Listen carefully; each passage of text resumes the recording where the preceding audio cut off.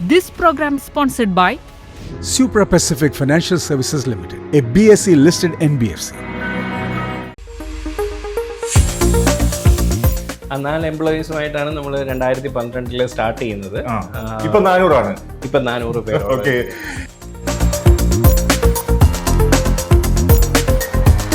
ഞങ്ങളങ്ങനെ ഭയങ്കര അഡ്വാൻസ്ഡ് ആയിട്ട് വേറെ ആരും ചെയ്തിട്ടില്ലാത്ത ഒരു കാര്യം ഞങ്ങൾ ഇതുവരെ ചെയ്തിട്ടില്ല.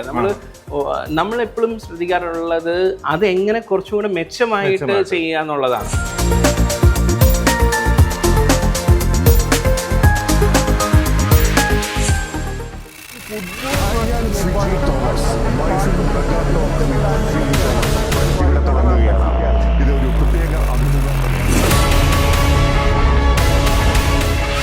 സുപ്ര Pacific Financial Services Limited presents MyFin MegaTalk with Fiji Thomas. ഞാനിപ്പോൾ ഉള്ളത് കൊരട്ടി ഇൻഫോ പാർക്കിലാണ്. അവിടെ പ്രമുഖ കമ്പനിയായ വെബ് ആൻഡ് ക്രാഫ്റ്റിൽ എത്തിയിരിക്കുകയാണ് ഞാൻ. അവിടുത്തെ ഫൗണ്ടർ എബിൻ ജോസ് ടോമുമായി ഇന്ന് വിശദമായി സംസാരിക്കേണ്ടതുണ്ട്. വെബ് ആൻഡ് ക്രാഫ്റ്റിന്റെ ഓപ്പറേഷൻസ്, പ്രവർത്തനങ്ങൾ എങ്ങനെ ഇപ്പോൾ എത്തി നിൽക്കുന്നു എന്ന് അറിയേണ്ടതുണ്ട്. എബിൻ ചേരുന്നു നമ്മോടൊപ്പം. എബിൻ ഹായ്, സുഖല്ലേ? എബിൻ 2012 ഒരു ചെറിയ തുടക്കം, അതിനുശേഷം ഇവിടെ തന്നെയായിരുന്നു ഈ ഇൻഫോ പാർക്കിൽ അല്ലെ? ചെറിയൊരു സ്പേസിൽ തുടങ്ങിയതാണ്. ഇപ്പോൾ വളരെ വിശാലമായ ഒരു ഏരിയയിലേക്ക് വെബ് ആൻഡ് ക്രാഫ്റ്റ് എത്തിയിരിക്കുകയാണ്. നമുക്ക് വാക്ക് എന്ന ചുരുക്കപ്പേരിൽ അറിയപ്പെടുന്നു അല്ലെ? അപ്പോ ഇപ്പോൾ അന്ന് ഞാൻ മനസ്സിലാക്കുന്നത് ഒരു 4 എംപ്ലോയീസ്. 4 എംപ്ലോയീസുമായിട്ടാണ് നമ്മൾ 2012 സ്റ്റാർട്ട് ചെയ്യുന്നത്. ഇപ്പൊ 400 ആണ്. ഇപ്പൊ 400 പേര്. ഓക്കെ. എങ്ങനെയായിരുന്നു ഈ ഒരു ഹിസ്റ്ററി? 13 വർഷത്തെ ഹിസ്റ്ററി നമുക്ക് പറയാനുണ്ട്. പക്ഷെ നമുക്കറിയാം തീർച്ചയായിട്ടും ഒരു വളരെ ചലഞ്ചിങ് സിറ്റുവേഷനിൽ കൂടെ തന്നെയായിരിക്കും എബിൻ കടന്നു പോയിട്ടുണ്ടാവുക. പല സ്റ്റേജസും പിന്നിട്ടു. ഇപ്പോൾ വെബ്സൈറ്റിൽ തുടങ്ങി ഇപ്പോൾ എവിടെ എത്തി നിൽക്കുന്നു എന്നുള്ളത് അറിയാനാണ് എനിക്ക് കൗതുകം. ഇപ്പോൾ AI ആണ് ടോക്ക് ഓഫ് ദ ടൗൺ. അപ്പോൾ ഞങ്ങളും AI ഇതിലേക്ക് കൂടുതൽ കാര്യങ്ങൾ പഠിച്ചുകൊണ്ടിരിക്കുന്നു. ഇപ്പം AI ഏജൻസ് നമുക്ക് ChatGPT, അതുപോലെ തന്നെ ഓപ്പൺ AIയിലെ ChatGPT, അതുപോലെ തന്നെ ഗൂഗിൾ വെർട്ടെക്സ് ഒക്കെ യൂസ് ചെയ്തുകൊണ്ട് നമ്മൾ റാപ്പ് ചെയ്ത് പല പ്രൊഡക്റ്റുകളിൽ നമ്മൾ ചെയ്തുകൊണ്ടിരിക്കുന്ന പ്രൊഡക്റ്റുകളിലും AIയും കൂടെ AIയുടെ ആഡ് ചെയ്തുകൊണ്ട് പല കാര്യങ്ങളും ചെയ്യുന്നുണ്ട്. ഇപ്പം നമുക്കൊരു 40 പേരോളം AI സ്പെഷ്യലൈസ് ചെയ്യുന്ന ടീം നമുക്ക് ഇന്നുണ്ട്. ഇത് ലോകം മുഴുവൻ ചർച്ച ചെയ്യപ്പെടുന്ന ഒരു വിഷയം കൂടിയാണ്. അതായത് AIയുടെ സാന്നിധ്യം കൂടുതലായി വരുമ്പോൾ കൂടുതൽ തൊഴിലവസരങ്ങൾ കുറയും എന്നുള്ളൊരു കാര്യമുണ്ട്. പക്ഷേ പ്രൊഡക്ടിവിറ്റി, എഫിഷ്യൻസി ഒക്കെ കൂടുകയും ചെയ്യും. അപ്പോൾ ഇതൊക്കെ എങ്ങനെ മാനേജ് ചെയ്ത് പോകും എന്നുള്ളതിനെ ആശ്രയിച്ചിരിക്കും മറ്റ് കാര്യങ്ങൾ എന്നാണ്. ഓക്കെ. ഇപ്പൊ നമ്മൾ വെബ് ആൻഡ് ക്രാഫ്റ്റിനെ സംബന്ധിച്ച് ഒരു വെബ്സൈറ്റ് ഡിസൈനിങ് അതിന്റെ ഡെവലപ്മെന്റിൽ തുടങ്ങി. പിന്നെ എങ്ങനെയായിരുന്നു അതിന്റെ ഒരു ടെക്നോളജിക്കൽ ഗ്രോത്ത്? എങ്ങനെയായിരുന്നു നമ്മൾ ഓരോ സ്റ്റെപ്പ് പിന്നിട്ടത്? എങ്ങനെയായിരുന്നു ഇ കൊമേഴ്സിലേക്ക് അല്ലെങ്കിൽ ആപ്പിലേക്ക് വരുന്നു? എങ്ങനെയായിരുന്നു ആ ഒരു ഓരോ പ്ലാനുകൾ എന്തായിരുന്നു? ഇനീഷ്യൽ ഞാൻ കോളേജിൽ കഴിഞ്ഞ വെരി നെക്സ്റ്റ് ഡേ ആണ് കമ്പനി സ്റ്റാർട്ട് ചെയ്യുന്നത്. ഇങ്ങനെ കൊരട്ടി ഇൻഫോ പാർക്കിലേക്ക് വന്ന് അപ്പോൾ ഞങ്ങൾ കൂടുതലും അന്ന് വളരെ ചെറിയ ലളിതമായ വെബ്സൈറ്റുകളാണ് ചെയ്തുകൊണ്ടിരിക്കുന്നത്. അപ്പോൾ അതിൽ നിന്ന് പിന്നെ ഞങ്ങളൊരു 2-3 വർഷം കഴിഞ്ഞപ്പോൾ ആപ്പ് ഡെവലപ്മെൻറ്റിലേക്ക് വന്നു. പിന്നെ ഒരു കൊമേഴ്സ്, വലിയൊരു കമ്പനിയുടെ ഒരു കൊമേഴ്സ് ചെയ്യാനുള്ള അവസരം കിട്ടി. അതിൽ നിന്നാണ് ഞങ്ങൾ ആദ്യത്തെ ഒരു ടേക്ക് ഓഫ് നടക്കുന്നത്. അതൊരു കുവൈറ്റ് ബേസ്ഡ് ഉള്ള ഒരു കമ്പനിയായിരുന്നു. അവരുടെ കോർപ്പറേറ്റ് വെബ്സൈറ്റ് ചെയ്ത് അതിൽ നിന്ന് കൊമേഴ്സിലേക്ക് വന്നു. അത് നല്ല രീതിയിൽ കൊമേഴ്സിന് ഒരു 600ഓളം ഓർഡർ ഒരു ദിവസം വരുന്ന രീതിയിലേക്ക് അതിനെ ഗ്രോ ചെയ്തു. അപ്പോൾ അതിൽ നിന്ന് കൊമേഴ്സ് എക്സ്പെർട്ടൈസ് ഞങ്ങൾ ഒരു 1.5 വർഷം കൊണ്ട് കുറേ അത് കഴിഞ്ഞ് ഞങ്ങൾ പയ്യെ ഗ്രാജുവലി കൊമേഴ്സ് എന്റർപ്രൈസ് ക്ലയൻസിനെ ഇപ്പോൾ റീസെൻ്റല്ല ഇപ്പോൾ ഒരു 3 years ആയിട്ട് നമ്മൾ ഐക്യ പോലെയുള്ള ഗ്ലോബൽ ബ്രാൻഡ്സ് ഒക്കെ ആയിട്ട് വർക്ക് ചെയ്യുന്നു. ഐക്യ, നെസ്ലെ, ഇതുപോലെയുള്ള ഹ്യൂജ് ബ്രാൻഡ്സിന് വരെ നമുക്ക് ഇന്ന് കൊമേഴ്സിലെ ക്ലയന്റ് ആണ്. പക്ഷേ കൊമേഴ്സിലും ഇപ്പോൾ കൊമേഴ്സിൻ്റെ അകത്തും AIയുടെ സാധ്യതകൾ, voice assistant ordering system, intelligence use ചെയ്തുകൊണ്ട് ചാറ്റ് ചെയ്യാൻ പറ്റുക, ഓർഡർ ചെയ്യാൻ പറ്റുക. അപ്പോൾ അങ്ങനെ ഇപ്പോൾ നമ്മൾ ഗൂഗിൾ വെർട്ടെക്സ് AI ഉപയോഗിച്ചുകൊണ്ട് നമ്മൾ ഒരു കുവൈറ്റിലുള്ള കരീബു കോഫി എന്ന് പറയുന്ന ഒരു കമ്പനിയുടെ ആപ്പിൻ്റെ ഒരു ടച്ച് പോലും ചെയ്യാതെ കാറിൽ യാത്ര ചെയ്യുമ്പോൾ കോഫി ഓർഡർ ചെയ്ത് ഡെലിവറി വരെയുള്ള കാര്യങ്ങൾ. അപ്പോൾ അത് ഫുൾ AI ആണ്. ഒരു സൂപ്പർ ഏജൻറ്റ്, അവിടുത്തെ ഏറ്റവും നല്ല ഒരു സ്റ്റാഫിനോട്, ഏജന്റിനോട് സംസാരിക്കുന്ന രീതിയിൽ ഏത് ഭാഷയിലും സംസാരിക്കാം. അത്ര ഒരു AI ആണെന്ന് സംസാരിക്കുന്നത് പോലും അത് മനസ്സിലാവില്ലാത്ത ക്വാളിറ്റിയിൽ നിന്ന് എത്തിയിട്ടുണ്ട്. ഓക്കെ. എനിക്കപ്പം മനസ്സിലാകുന്ന ഒരു കാര്യം, അല്ലെങ്കിൽ എനിക്ക് മനസ്സിലാക്കേണ്ട കാര്യം, നിങ്ങൾ ഓരോ ടെക്നോളജി അഡോപ്റ്റ് ചെയ്യുമ്പോഴും നിങ്ങൾ അതിൽ എങ്ങനെ എക്സ്പെർട്ടൈസ് ആവുന്നു എന്നുള്ളതാണ്. ഇപ്പോൾ വെബ്സൈറ്റിൽ ഒരുപക്ഷെ അതിനകത്ത് മാത്രം കോൺസെൻട്രേറ്റ് ചെയ്തു, ഇ കൊമേഴ്സിലേക്ക് വരുമ്പം തീർച്ചയായും web and craft all enter the team. ഇപ്പോൾ എബിനടക്കം അത് കാര്യങ്ങൾ പഠിച്ചിരിക്കണമല്ലോ. അപ്പോൾ ആ ഒരു അപ്ഡേഷൻസ് അപ്ഗ്രേഡിംഗ് ഒക്കെ എങ്ങനെയാണ് നടക്കുന്നത്? അത് ഞങ്ങൾ കൂടുതലും ഇതുവരെ വളർന്നു വന്നിരിക്കുന്നത് എങ്ങനെയാണെന്ന് ചോദിച്ചാൽ, കൂടുതലും നമ്മളിപ്പോൾ ഒരു സ്പെസിഫിക് ടെക്നോളജി എടുത്ത് നമ്മൾ പഠിച്ച് അങ്ങനെ വന്നതല്ല. നമ്മൾക്ക് ഇപ്പോൾ ഒരു ക്ലയൻറ്റിന് ഒരു ചെറിയ കാര്യങ്ങളായിരിക്കും നമ്മൾ ചെയ്തുകൊണ്ടിരിക്കുന്നത്. അപ്പോൾ ആ ക്ലയൻറ്റിന് ഇന്ന ഒരു റിക്വയർമെന്റ് ആവശ്യം കാണും. അത് അവർക്ക് അങ്ങനെ ഒരു കാര്യം കൂടെ ചെയ്യുവാണെങ്കിൽ, അല്ലെങ്കിൽ അങ്ങനെ ഒരു വർക്കിന്റെ സാധ്യതകൾ നമ്മൾ കാണും. അപ്പോൾ അവരോട് നമ്മൾ സംസാരിക്കുക. ചിലപ്പോൾ നമ്മൾ ഇൻവെസ്റ്റ് ചെയ്ത് നമ്മളും കൂടെ ഒരു ഇപ്പം നമ്മളതിൽ എക്സ്പെർട്ടൈസ് ഇല്ല, അപ്പം വലിയൊരു പൈസയും കാര്യങ്ങളൊക്കെ പറഞ്ഞു കഴിഞ്ഞാൽ അവർക്കത് ഓക്കെ ആവണമെന്നില്ല. അപ്പം നമ്മളൊരു ഗിവ് ആൻഡ് ടേക്ക് എന്നുള്ള രീതിയിൽ രണ്ടുപേരും ഗ്രോ ടുഗദർ എന്നുള്ള രീതിയിൽ അങ്ങനെയാണ് ഇപ്പൊ ഞങ്ങള് അവർക്ക് വേണ്ടിയിട്ട് നമ്മളൊരു റിസ്ക് എടുത്ത് നമ്മളൊരു പരീക്ഷണം നടത്തും. അങ്ങനെയുള്ള പരീക്ഷണം പഠിക്കാൻ ശ്രമിക്കുന്നു, വിജയിക്കുന്നു. അതെ, 90% നമ്മൾ ഇനി അങ്ങനെ പലപ്പോഴും നമ്മുടെ ഇൻവെസ്റ്റ്മെന്റുകൾ ആ ക്ലയന്റിന് കൊടുക്കാൻ പറ്റാതെ വന്നിട്ടുണ്ട്. ഇപ്പൊ അല്ലെങ്കിൽ അത് ചെയ്തു പറ്റുമ്പോൾ ചിലപ്പോൾ അവർക്ക് അതിന് താല്പര്യം ഇല്ല, അല്ലെങ്കിൽ അതിലേക്ക് അവർ അത്രയും വിചാരിച്ചിരുന്നില്ല. അങ്ങനെ വന്നപ്പോൾ പോലും നമ്മുടെ ഇൻവെസ്റ്റ്മെന്റ് വേറെ ഒരു സാധ്യതയാണ് തുറന്നു കിട്ടിയിരിക്കുന്നത്. അങ്ങനെ ഞങ്ങൾ ഇ കൊമേഴ്സിൽ തന്നെ ഞങ്ങളൊരു പ്രൊഡക്റ്റ് ഇപ്പോൾ ഡെവലപ്പ് ചെയ്തുകൊണ്ടിരിക്കുക. അത് ഗ്ലോബൽ സ്റ്റാൻഡേർഡ്സ് ഉപയോഗിച്ചുകൊണ്ടുള്ള ഒരു കമ്പോസിബിൾ ആർക്കിടെക്ചറിലുള്ള വലിയൊരു എന്റർപ്രൈസ് ക്ലയൻസിന്, ഇപ്പോൾ നമ്മുടെ ടോപ്പ് ക്ലയന്റ് ഒരു 26,000 ഓർഡേഴ്സ് ആണ് ഒരു ദിവസം ഹാൻഡിൽ ചെയ്യുന്നത്. അപ്പോൾ അതേപോലെയുള്ള ക്ലയൻസിന് ഇപ്പൊ ഷോപ്പിഫൈ ഒക്കെ വളരെ സിമ്പിൾ ആയിട്ട് ചെയ്യാൻ പറ്റുന്ന, വളരെ കോസ്റ്റ് എഫിഷ്യന്റ് ആയിട്ട് ചെയ്യാൻ പറ്റുന്ന ഒരു സ്റ്റാർട്ടപ്പിന് ഇ കൊമേഴ്സ് തുടങ്ങണമെന്നുണ്ടെങ്കിൽ വളരെ ഒരു ദിവസം കൊണ്ട് വേണമെങ്കിലും നമുക്ക് സ്റ്റാർട്ട് ചെയ്യാൻ പറ്റുന്ന പ്ലാറ്റ്ഫോംസ്. പക്ഷെ ഇതങ്ങനെയല്ല. അതേസമയം ലൈക്ക് ഒരു വലിയ ജയന്റ് ആയിട്ടുള്ള അവർക്ക് 1000-ഓളം ഓർഡേഴ്സ് ഒരു ദിവസം മാനേജ് ചെയ്യാൻ വേണ്ടി, അപ്പോൾ അതിന് വെയർഹൗസ് മാനേജ്മെന്റ് വേണം, ഓർഡർ മാനേജ്മെന്റ് സിസ്റ്റം വേണം, പിക്ക് ആൻഡ് ഡെലിവറി വേണം, അപ്പോൾ ലോയൽറ്റി വേണം. ഇങ്ങനെയുള്ള എല്ലാം കൂടെ ഒരു കുടക്കീഴിലായിട്ട് ഒരു പ്രൊഡക്റ്റ് നമ്മൾ ബിൽഡ് ചെയ്ത് ഓൾമോസ്റ്റ് തീരാറായി. ഒരു ക്ലയന്റിന് എൻ്റെ റിക്വയർമെന്റ് വെച്ചിട്ട് ഞങ്ങൾ തുടങ്ങിയതാണ് ഇനിഷ്യലി. പക്ഷെ ആ ക്ലയന്റ് അത് പിന്നെ അതിലേക്ക് അവർ പോയില്ല. അങ്ങനെയാണ് ഞാൻ പ്രൊഡക്റ്റിന്റെ ഉത്ഭവം. പക്ഷെ ഞങ്ങൾ ഇന്ന് ഏകദേശം ഒരു $1 million ഞങ്ങൾ ഇൻവെസ്റ്റ് ചെയ്തിട്ടുണ്ട്. ഓക്കെ, ഇതിൽ നമുക്ക് മനസ്സിലാക്കാവുന്ന ഒരു കാര്യം എന്ന് പറയുന്നത്, ടെക്നോളജി എപ്പോഴും നിമിഷം പ്രതി അഡ്വാൻസ്ഡ് ആയിക്കൊണ്ടിരിക്കും.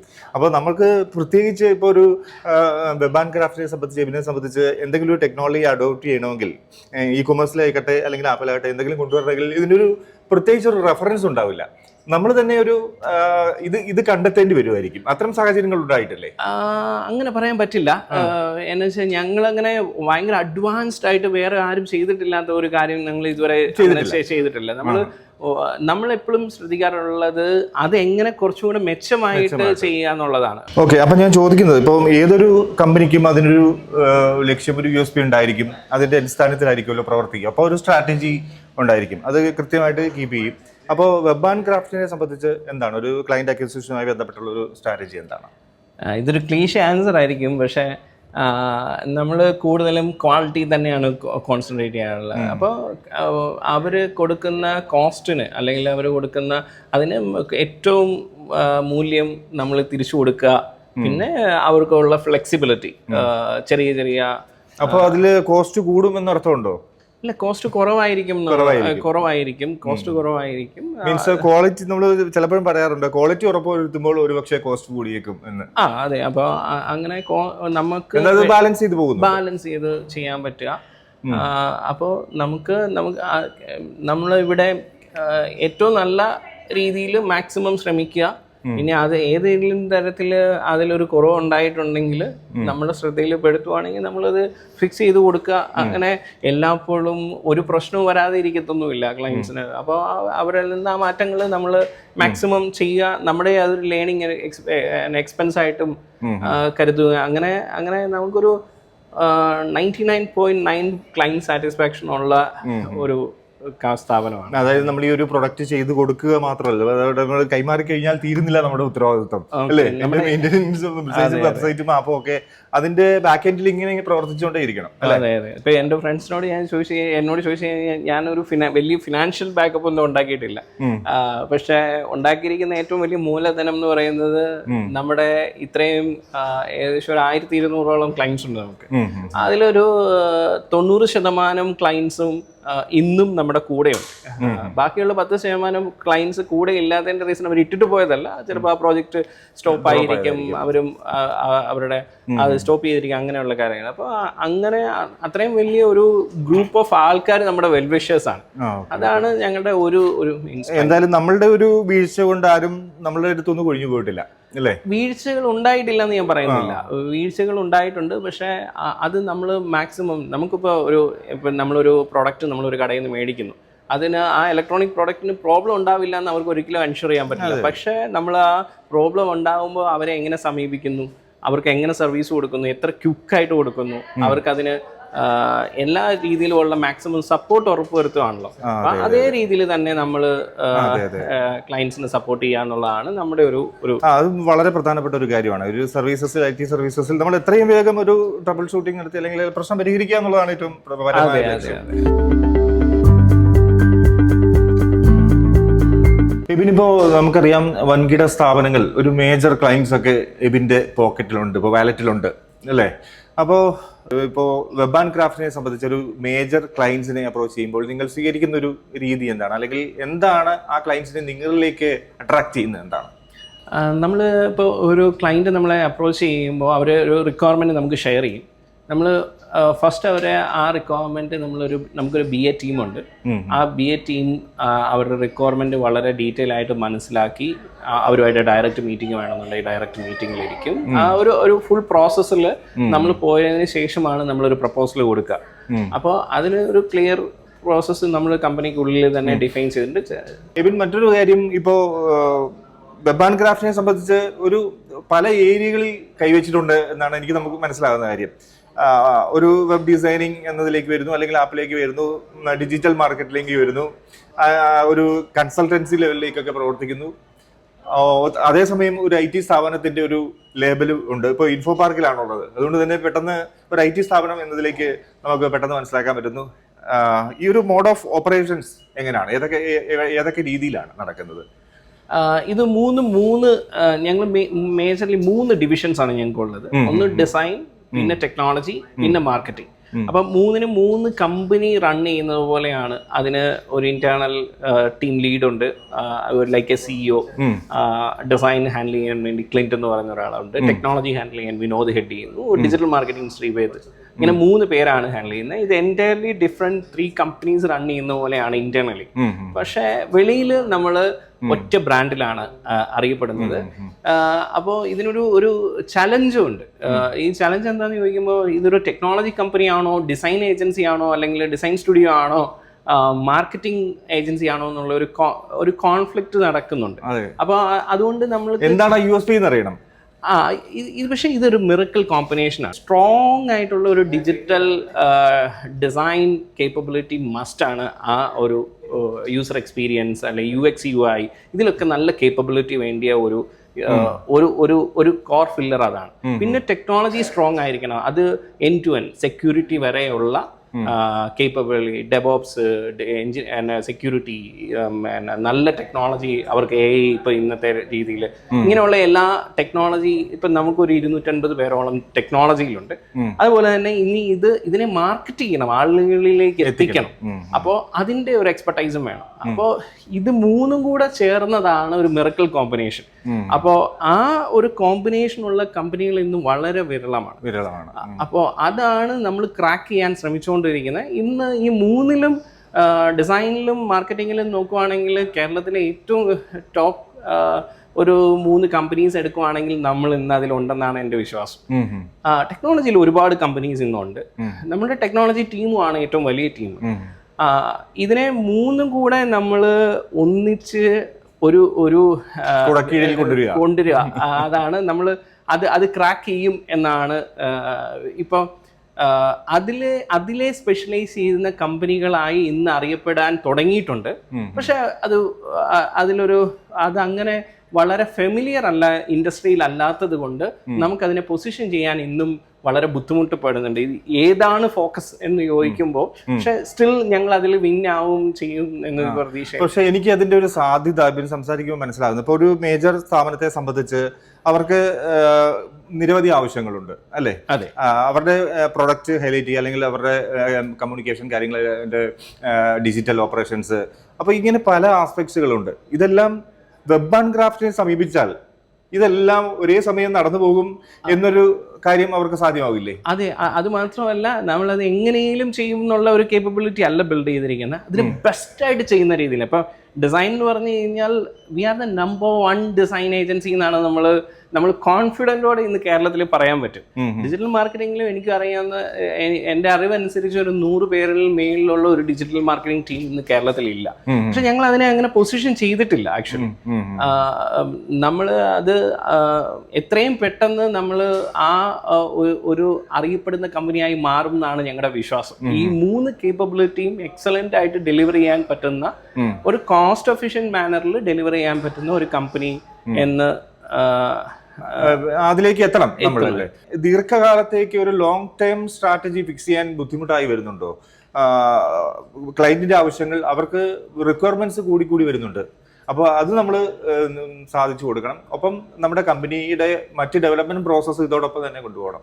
അപ്പോൾ അത് തന്നെ ഈ സാധാരണ ഈ IT കമ്പനികളോ അല്ലെങ്കിൽ ഇത്തരം കമ്പനികൾ നേരിടുന്ന ഒരു പ്രതിസന്ധി, ചലഞ്ച് എന്താണ് ശരിക്കും? ഈ നേരത്തെ ഇപ്പോൾ നമ്മൾ സൂചിപ്പിച്ച പോലെ തന്നെ ഈ ടെക്നോളജി മാറിക്കൊണ്ടിരിക്കുകയാണ്. അതിനനുസരിച്ച് നമ്മൾ മാറുക എന്നുള്ളതാണ്. അതൊരു ടഫായിട്ടുള്ള കാര്യം തന്നെയാണ്. അത് ചെറിയ സ്റ്റാർട്ടപ്പിനെ സംബന്ധിച്ചിടത്തോളം അത് ഈസി ആവും. നമ്മുടെ ടീം സൈസ് വലുതാകുന്നതിനനുസരിച്ച് അത് ബുദ്ധിമുട്ടുള്ളതാവും. അപ്പോൾ പക്ഷെ അതിന് നമ്മൾ ട്രൈ ചെയ്തുകൊണ്ടിരിക്കുക. അത് എത്രത്തോളം നമുക്ക് മുന്നിൽ ചെയ്യാൻ പറ്റുന്നത് നമ്മുടെ ഫാസ്റ്റ് ആയിട്ടുള്ള ഗ്രോത്ത് നമുക്ക് അച്ചീവ് ചെയ്യാൻ പറ്റുമെന്നാണ് എൻ്റെ ഒരു വിശ്വാസം.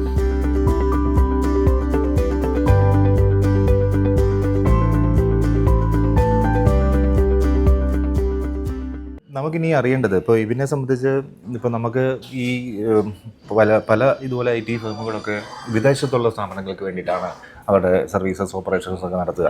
അപ്പോൾ ഞാൻ മനസ്സിലാക്കുന്നത് വെബ് ആൻഡ് ക്രാഫ്റ്റിനെ സംബന്ധിച്ച് അത്തരം ഓപ്പറേഷൻസും ഉണ്ട്, അതോടൊപ്പം തന്നെ കേരളത്തിലെ സ്ഥാപനങ്ങൾക്ക് വേണ്ടിയിട്ടുള്ള നിങ്ങളുടെ പ്രവർത്തനങ്ങളുണ്ട്. അതെ, അതൊരു മേജർ അച്ചീവ്മെൻ്റ് ആണ് എന്നാണ് എനിക്ക് തോന്നുന്നത്. അപ്പോൾ അത്തരം കാര്യങ്ങളെക്കുറിച്ചൊന്ന് വിശദമായി സംസാരിക്കേണ്ടതുണ്ട്. എനിക്ക് നമ്മുടെ CEO ഒന്ന് പരിചയപ്പെടണം. തീർച്ചയായിട്ടും ജിലുവിനെ പരിചയപ്പെടാം. ഹായ് ജിലു. യെസ്. അപ്പോൾ വെബ് ആൻഡ് ക്രാഫ്റ്റിനെ സംബന്ധിച്ച് അതിൻ്റെ ഫൗണ്ടർ MD എബിൻ മാത്രമല്ല ഇപ്പോൾ സാന്നിധ്യം വഹിക്കുന്നത്, അതിൽ വളരെ വൈബ്രൻ്റ് ആയിട്ടുള്ള ഒരു യങ് ലേഡി കൂടിയുണ്ട്, ജിലു ജോസഫ്. ജിലു ജോസഫ് ഇപ്പോൾ 2012 നമ്മുടെ സ്ഥാപനം വെബ് ആൻഡ് ക്രാഫ്റ്റിന് തുടക്കമിട്ടു. അപ്പം 2016 നിങ്ങൾ അല്ലേ ജീവിത പാർട്ട്നേഴ്സായി അല്ലേ, ലൈഫ് പാർട്ട്നേഴ്സായി. അതിനുശേഷം ഇപ്പോൾ എബിൻ്റെ ഭാഷയിൽ പറഞ്ഞാൽ ഈ വെബ് ആൻഡ് ക്രാഫ്റ്റുമായി ബന്ധപ്പെട്ടിട്ട് ജിലു ഒരു CEO ട്രെയിനിങ്ങിലായിരുന്നു എന്നാണ് എന്നോട് പറഞ്ഞത്. 6-7 വർഷം ട്രെയിനിങ് കൊടുത്തു. അങ്ങനെ CEO ട്രെയിനിങ് കഴിഞ്ഞിട്ട് 2024 CEO പോസ്റ്റിലേക്ക് ഇപ്പോൾ ജിലു എത്തപ്പെട്ടു. എനിക്ക് ഇനിയിപ്പം ആ ഒരു ഓപ്പറേഷൻ സൈഡ്, എക്സിക്യൂഷൻ സ്റ്റൈൽ, ഇപ്പോൾ എന്തായാലും എബിൻ നന്നായി ഒന്ന് തുടങ്ങി വെച്ച ഒരു സ്ഥാപനമാണ്. അപ്പോൾ തുടക്കം മുതലുള്ള കാര്യങ്ങൾ എനിക്കറിയാം. അതുകൊണ്ട് എനിക്കറിയേണ്ടത് ജിലു ഇത് എങ്ങനെ നടത്തിക്കൊണ്ട് പോകുന്നു എന്നറിയാൻ എനിക്കൊരു കൗതുകമുണ്ട്. അപ്പോൾ നമുക്ക് അത്തരം കാര്യങ്ങൾ സംസാരിക്കാം. ഓക്കെ ജിലു, നമുക്ക് അങ്ങനെയാണെങ്കിൽ ഈ വിശാലമായ ഓഫീസിനുള്ളിലൂടെ സംസാരിച്ച് തുടങ്ങാമെന്ന് തോന്നുന്നു. അപ്പോൾ ഈ നമ്മുടെ തൊഴിലാളികൾ അല്ലെങ്കിൽ ജീവനക്കാരെല്ലാവരും ഞാൻ കണ്ടു, ജിലു അവരോട് ഇടപെടുന്ന ഒരു രീതിയൊക്കെ ഞാൻ കണ്ടു. വളരെ ഫ്രണ്ട്ലി ആയിട്ട് അല്ലേ, ഒരു CEO ലെവലിൽ നിന്ന് അല്ലെങ്കിൽ ഉത്തരവാദിത്തങ്ങൾ അവരെ കൊണ്ട് ചെയ്യിപ്പിക്കുന്നുണ്ട്, പക്ഷെ അവരോട് വളരെ ഫ്രണ്ട്ലി ആയിട്ട് ഇടപെടുന്നു. എങ്ങനെയാണ് ജീവനക്കാരോടുള്ള ഒരു ജിലുവിൻ്റെ ഒരു ട്രീറ്റ്മെന്റ് എങ്ങനെയാണ്? അങ്ങനെ ഞാൻ തന്നെ പറയുന്നത് ശരിയല്ലല്ലോ. അല്ല, നമുക്ക് നല്ലൊരു ടീമുണ്ട്. We are very much fortunate about that. അതുപോലെ ഒരു വാല്യൂ ബേസ്ഡ് ആയിട്ടാണ് നമ്മുടെയും ഒരു ഫോക്കസ്. അതിന് പറ്റിയൊരു ടീം തന്നെയാണ് ഉള്ളത്, ഡെവലപ്പ് ചെയ്തിരിക്കുന്നത് അല്ലേ. അപ്പൊ അതിന്റെ ഫൗണ്ടേഷൻ കൃത്യമായിരുന്നു. അതെ. തുടക്കം തൊട്ട് നമ്മൾ ഹയറിങ്ങിലൊക്കെയും ഒരുപാട് ശ്രദ്ധിച്ചിരുന്ന ഒരു കാര്യം നല്ലൊരു ആറ്റിറ്റ്യൂഡ്, ഒരു വാല്യൂ സിസ്റ്റം അത് മെയിൻറ്റെയിൻ ചെയ്യണം എന്നുള്ളത് തന്നെയാണ്. അതിൽ ഞങ്ങളുടെ മെന്റർ തൊട്ട് even the core team Ebin എല്ലാവരും അതിൽ വളരെ പെക്യുലർ ആണ്. സോ സ്റ്റിൽ നമ്മൾ ആ ഒരു വാല്യൂ സിസ്റ്റത്തിന്റെ ഒരു ഫോക്കസിൽ തന്നെയാണ് ഹയറിംഗ് ആണെങ്കിലും നമ്മുടെ അപ്സ്കില്ലിംഗ് ആണെങ്കിലും എല്ലാം ചെയ്തുകൊണ്ടിരിക്കുന്നത്. ഇപ്പോൾ പ്രധാനപ്പെട്ട ഒരു കാര്യം, ഇപ്പം വെബ് ആൻഡ് ക്രാഫ്റ്റിനെ കുറിച്ച് കുറേ കാര്യങ്ങൾ ഞാൻ എബിനോട് സംസാരിച്ചു. അതിന് ശേഷമാണ് ഇപ്പോൾ സിഇഒയുടെ അടുത്തേക്ക് എത്തുന്നത്. അപ്പോൾ അതിൻ്റെ ഒരു തുടർച്ചയായിട്ട് ഞാൻ ചില കാര്യങ്ങൾ ചോദിക്കുകയാണ്. അപ്പോൾ നമുക്ക് വെബ് ആൻഡ് ക്രാഫ്റ്റിനെ സംബന്ധിച്ച് പല IT സ്ഥാപനങ്ങളും ഇപ്പോൾ വിദേശത്തുള്ള കമ്പനികൾക്ക് വേണ്ടിയിട്ടാണ് അവരുടെ ഓപ്പറേഷൻസ്, അവരുടെ സർവീസസ് ഒക്കെ നടത്തുക. ഇപ്പോൾ വെബ് ആൻഡ് ക്രാഫ്റ്റിനെ സംബന്ധിച്ച് അതും ഉണ്ട്, ഒപ്പം നമ്മുടെ നാട്ടിലുള്ള കമ്പനികളുമായി ചേർന്ന് അസോസിയേറ്റ് ചെയ്ത് പ്രവർത്തിക്കുന്നുമുണ്ട്, മേജർ കമ്പനീസുമായിട്ട്. അപ്പോൾ അതെങ്ങനെയാണ് സാധ്യമാക്കുന്നത്? എങ്ങനെയാണ് നമുക്ക് വിദേശത്തെ മാത്രം ആശ്രയിക്കാതെ നമ്മുടെ കേരളത്തിലെ കമ്പനികളുമായി അസോസിയേറ്റ് ചെയ്ത് പോകാനുള്ള സാധ്യത എങ്ങനെയൊക്കെയാണ് തെളിഞ്ഞു വരുന്നത്? സാധ്യതകൾ തെളിച്ചു വരുന്നത് ഓഫ് കോഴ്സ് നമ്മൾ ചെയ്യുന്ന വർക്ക് കൊണ്ട് കിട്ടുന്ന റെഫറൻസും കാര്യങ്ങളും തന്നെയാണ്. പിന്നെ അങ്ങനെയാണ് നമ്മൾ അവരിലേക്ക് എത്തിപ്പെടുക. അതിപ്പം നമുക്കൊരു ഇന്റർനാഷണൽ ലെവലിലേക്ക് ചെയ്യാൻ പറ്റുന്ന ഒരു കാലിബറുള്ള ഒരു ടീം ഉള്ളപ്പം അത് എന്തുകൊണ്ട് നമ്മുടെ നാട്ടിൽ തന്നെ അത് ചെയ്ത് കൂടാന്നുള്ള ഒരു ചോദ്യമുണ്ട്. സോ ഞങ്ങൾ ഒരിക്കലും കൊണ്ട് ഇന്റർനാഷണൽ ഫോക്കസ് എന്നുള്ളതും ആയിരുന്നില്ല ഞങ്ങളുടെ മനസ്സിൽ. കേരളത്തിൽ ഒരുപാട് പൊട്ടൻഷ്യൽ ഉണ്ട്, അതിലേക്ക് നമ്മുടെ വർക്കുകൾ എത്തിക്കാനായിട്ട് പറ്റണം, ആ ഒരു ക്വാളിറ്റി കൊടുക്കാൻ പറ്റണം എന്നുള്ളൊരു വിഷൻ എന്നുമുണ്ട്. ഒപ്പം എനിക്ക് തോന്നുന്നു അതിലേക്ക് വരിക ഇപ്പം ഒരു അതിന്റെ ഒരു ഫിനാൻസ് സൈഡ് ആണ് എങ്കിൽ, കാരണം ഇന്റർനാഷണലി ചെയ്യുമ്പം അതിൽ കിട്ടുന്ന ഒരു മാർജിൻ ഉണ്ട്. മേ ബി കേരളത്തിൽ അത് വർക്ക്ഔട്ട് ചെയ്യാൻ പറ്റുമോ എന്നുള്ള ഒരു ചോദ്യമാണെന്നുണ്ടെങ്കിൽ നമ്മൾ ഒപ്റ്റിമൈസ് ചെയ്യുക എന്നുള്ളത്, നമ്മുടെ വർക്ക് ഫോഴ്സിനെ ഒപ്റ്റിമൈസ് ചെയ്യുക, നമ്മുടെ എഫിഷ്യൻസി കൂട്ടുക. അതിന് ഞങ്ങൾ ഇപ്പം AI ഒരു കാലമാണ്, അതിനെ ഒരുപാട് സാധ്യതകൾ കാണുന്നുണ്ട്. ആൻഡ് നെക്സ്റ്റ് തിങ്, നമ്മുടെ എൻ്റെ ഒരു ഓപ്പറേഷൻസ് നമ്മൾ ഒരു പ്രോസസ് ഓറിയന്റഡ് അല്ലെങ്കിൽ ഒരു ഡേറ്റ ഓറിയന്റഡ് ഡ്രൈവിലേക്ക് മാറ്റി. നമുക്ക് നമ്മുടെ എൻ്റെ കാര്യങ്ങൾ റൺ ആവുന്ന ഞങ്ങളുടെ തന്നെ സ്വന്തമായിട്ട് ഞങ്ങൾ ബിൽഡ് ചെയ്ത ഒരു സിംഗിൾ സിസ്റ്റത്തിലാണ്. സോ അത് നമുക്കൊരുപാട് എന്താ ഐഡിയ തരും. ലൈക്ക് ഓക്കെ നമ്മൾ എവിടെയാണ് ലാക്ക് ചെയ്യുന്നത്, ഓക്കെ എവിടെ ഫോക്കസ് ചെയ്യണം, എങ്ങനെ എഫിഷ്യന്റ് ആക്കാം, ഡേറ്റ ഫിൽ ചെയ്ത് പോവുക മാത്രമല്ല, അത് നമുക്ക് ഇപ്പോൾ തരുന്നത് പോലെ തന്നെയുള്ള സജഷൻസ് തരും. തീർച്ചയായിട്ടും അത് കാരണം അങ്ങനെ നമുക്ക് ഇതിനെ ഒപ്റ്റിമൈസ് ചെയ്യാൻ പറ്റുള്ളൂ. അപ്പോൾ നമ്മുടെ ഹ്യൂമൻ ബ്രെയിൻ അധികം പ്രവർത്തിക്കേണ്ടി വരില്ലേ കാര്യത്തിൽ? അത് ഡെവലപ്പ് ചെയ്യാൻ ഒരുപാട് പ്രവർത്തിക്കേണ്ടി വന്നു. പക്ഷേ വെബ് ആൻഡ് ക്രാഫ്റ്റിനെ സംബന്ധിച്ച് കേരളത്തിൽ ഉള്ള മേജർ ക്ലയൻസ്, ഇപ്പം നമുക്ക് ജൂയി ആലുക്കാസ് ഉണ്ട്, അതുപോലെ തന്നെ ലുലു ഉണ്ട്, ഹോസ്പിറ്റൽ, അങ്ങനെ പലതും ഉണ്ട്. നമ്മുടെ വെബ് ആൻഡ് ക്രാഫ്റ്റിൻ്റെ വെബ്സൈറ്റിൽ കയറിയാൽ കാണാൻ കഴിയും ഏതൊക്കെയാണ് നമ്മുടെ മലയാളികളുടെ സംരംഭത്തിന് എങ്ങനെ അസോസിയേറ്റ് ചെയ്തിരിക്കുന്നത് വെബ് ആൻഡ് ക്രാഫ്റ്റ് എന്നുള്ളത്. അപ്പോൾ ഇപ്പോൾ മേജർ ക്ലയൻസിലേക്ക് നമുക്ക് എത്തിപ്പെടാനുള്ള ഒരു വഴി കൂടുതൽ എളുപ്പമായിട്ടുണ്ടോ? ഉണ്ട്, ഒരു തരത്തിൽ തീർച്ചയായിട്ടും ഉണ്ട്. കാരണം ഇതൊരു നമ്മുടെ കമ്പനിക്ക് പല സ്റ്റേജുകളാണല്ലോ. ഇനിഷ്യലി നമ്മൾ വർക്ക് ചെയ്ത് പ്രൂവ് ചെയ്യേണ്ട ഒരു കാലഘട്ടമുണ്ട്. ആ സമയത്ത് ചിലപ്പോൾ നമ്മൾ കുറച്ചൊക്കെ കൂടുതലായിട്ട് ഡെലിവറി ചെയ്ത് അതൊരു ട്രസ്റ്റ് ബിൽഡിംഗ് ഫേസ് ആണ് അല്ലേ. സെക്കൻഡ് ഒരു ഫേസ് എന്ന് പറയുന്നത് നമ്മൾ ഉണ്ടാക്കിയ ഒരു പോർട്ട്ഫോളിയോ, അല്ലെങ്കിൽ ആ ഒരു പോർട്ട്ഫോളിയോ ബിൽഡ് ചെയ്യുന്ന ഒരു ഏരിയ ഉണ്ട്. നമ്മൾ നല്ല ബ്രാൻഡുകളെ നമ്മുടെ കമ്പനിയിൽ പാർട്ടാക്കുക, അതിന് വേണ്ടിയിട്ട് ഉള്ള മാർക്കറ്റിംഗ് ചെയ്യുക എന്നൊക്കെയുള്ളത്. ഇന്നിപ്പം നമ്മളെ സംബന്ധിച്ചിടത്തോളം ആ ഒരു ട്രസ്റ്റ് ബിൽഡ് ചെയ്യാൻ പറ്റിയിട്ടുണ്ട്, നല്ല ക്വാളിറ്റി ഡെലിവറി ചെയ്യാൻ പറ്റുന്നുണ്ട്, കൺസിസ്റ്റന്റ്ലി ചെയ്യാൻ പറ്റുന്നുണ്ട്, നല്ലൊരു ടീമുണ്ട്, സ്ഥിരത വേണം, അതുപോലെ നല്ലൊരു ടീമുണ്ട്, ഒപ്പം നല്ലൊരു പോർട്ട്ഫോളിയോ ഉണ്ട്. ആൻഡ് നമ്മളിപ്പം മോർ ദാൻ 20 ഇൻഡസ്ട്രീസിന്റെ കൂടെ നമ്മൾ വർക്ക് ചെയ്തിട്ടുണ്ട്. So we have that exposure. ഇപ്പം ഏതൊരു വർക്ക് വന്നാലും അത് ചെയ്യാൻ പറ്റൂ എന്നുള്ള ഒരു കോൺഫിഡൻസ് ഇന്ന് ടീമിനും ഉണ്ട്, ഞങ്ങൾക്കും ഉണ്ട്. So I think that really help ഇന്നിപ്പം നെക്സ്റ്റ് ലെവലിലേക്ക് പോകാൻ തയ്യാറെടുക്കുക. അതിന് ഞാൻ ജിലുവിനെ കുറിച്ച് മനസ്സിലാക്കുന്ന ഒരു കാര്യമുണ്ട്. ജിലു ഇപ്പം വെബ് ആൻഡ് ക്രാഫ്റ്റിന്റെ എന്ത് പ്രോഗ്രാം നടന്നാലും ജിലു അതിന്റെ മുമ്പിലുണ്ട് ഒരു മൈക്കുമായി, അല്ലേ? ഇപ്പോൾ അടുത്ത കാലത്ത് ബിയോണ്ട് നമ്മളൊരു പ്രോഗ്രാം സംഘടിപ്പിച്ചു, സബ്മിറ്റ് സംബന്ധിച്ചു. അപ്പോൾ അതിന്റെ ഓർഗനൈസിങ് ലെവലിലും അല്ലെങ്കിൽ അതിന്റെ ഈവൻ സ്റ്റേജ് ആങ്കറിങ് കോമ്പിയറിങ് ലെവലിലേക്ക് വരെ അങ്ങ് എത്തുകയാണ് ജിലു. അപ്പോൾ എങ്ങനെയാണ് ഈ ഒരു ഓൾ ഇൻ ഓൾ പ്രവർത്തനം ജിലു വെബ് ആൻഡ് ക്രാഫ്റ്റിൽ നടത്തുന്നത്? ഓൾറൗണ്ടറാണ്, അത് ആവശ്യങ്ങളാണല്ലോ. പക്ഷെ അതിന് നല്ലൊരു ടീമുണ്ട് സപ്പോർട്ട് ചെയ്യുന്നത്. ഒരിക്കലും ഞാൻ തന്നെ ചെയ്യുന്ന ഒരു കാര്യമല്ല. ബിയോണ്ടിലാണെങ്കിലും നമ്മുടെ ഒരു കീനോട്ട് ആയിരുന്നു അതിന്റെ ഒരു മെയിൻ ഒരു ഫോക്കസ്. ഐ തിങ്ക് അറൌണ്ട് ഒരു 2 hours നീണ്ടു നിന്ന ഒരു കീനോട്ടാണ്. അതിന് വേണ്ടുന്ന ഈവൻ അതിന്റെ സ്ക്രിപ്റ്റ് തൊട്ട് അതിന് വേണ്ടുന്ന വിഷ്വൽസ്, അല്ലെങ്കിൽ അതിന്റെ what language, how should I present, എല്ലാത്തിനും നമുക്കൊരു ടീമുണ്ട്. ആ ടീം അത്ര ജെല്ല് ചെയ്ത്, അല്ലെങ്കിൽ അവരുടെ ഒരു വിഷൻ വളരെ ക്ലിയർ ആയിട്ട് പ്രവർത്തിച്ചുകൊണ്ട് മാത്രമാണ് അത് സാധിച്ചത്. അത് എന്റെ മാത്രം കഴിവുകൊണ്ടല്ല, അല്ലെങ്കിൽ എന്റെ കഴിവുകൊണ്ടല്ല. We have a good team. വളരെ നന്ദി. ഞാൻ ജിലു, നമുക്ക് പരിചയപ്പെട്ടതിൽ ഇത്തരം കാര്യങ്ങളൊക്കെ പറഞ്ഞു തന്നതിൽ. നമുക്ക് എനിക്ക് ഇവനോട് കൂടുതൽ കാര്യങ്ങൾ സംസാരിക്കാൻ ഇവരിലേക്ക് പോവുകയാണ്. Thank you very much.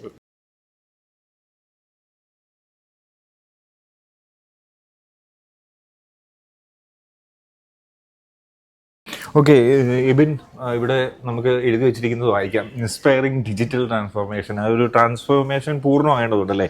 അപ്പോൾ 2026 വരുമ്പോൾ വാക്കിൻ്റെ ഒരു പ്രതീക്ഷകൾ എന്തൊക്കെയാണ് എന്നാണ് എനിക്കറിയേണ്ടത്. ഒരു പ്രതീക്ഷകളുടെക്കാൾ അപ്പുറം എന്നാൽ പ്ലാൻ ചെയ്ത് വെച്ചിരിക്കുന്നത് എന്തൊക്കെയാണ് എന്നാണ് അറിയേണ്ടത്. ഞങ്ങളുടെ ഒരു പ്രതീക്ഷകളുടെ വർഷമാണ് 2026 എന്ന് പറയുന്നത്. അപ്പോൾ 2026 ഞങ്ങളിപ്പം ഞങ്ങൾ 4 ഫ്ലോറുകളിലായിട്ടാണ് ഇതുവരെ ഇരുന്നുകൊണ്ടിരുന്നത്.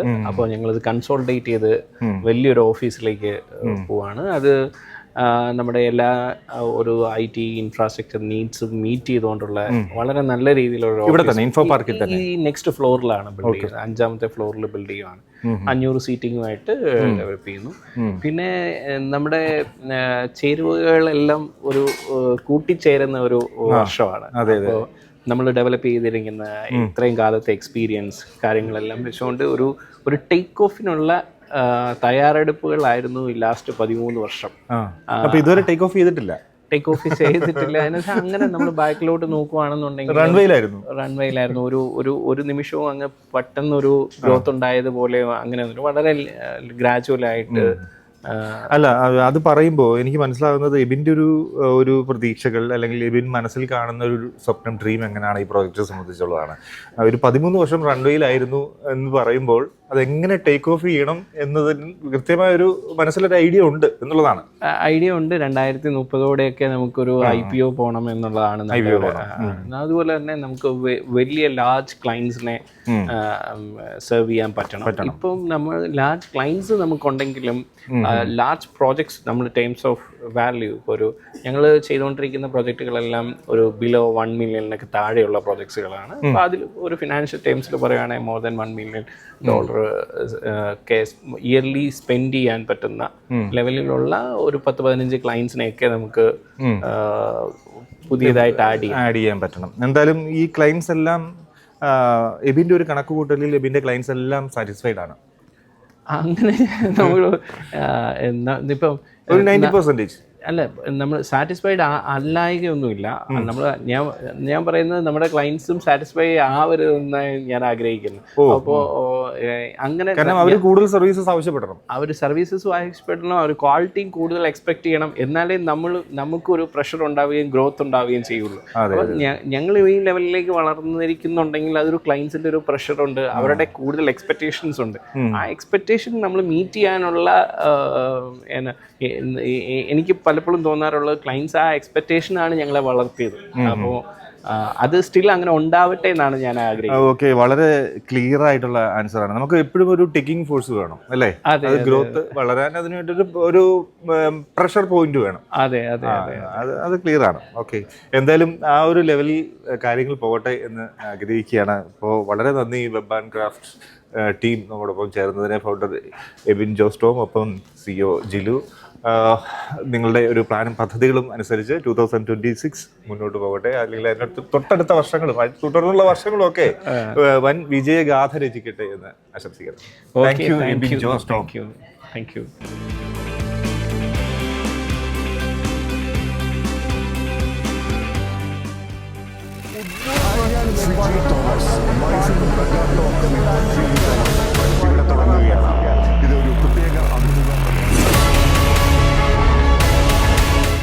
This program sponsored by Supra Pacific Financial Services Limited, a BSE listed NBFC.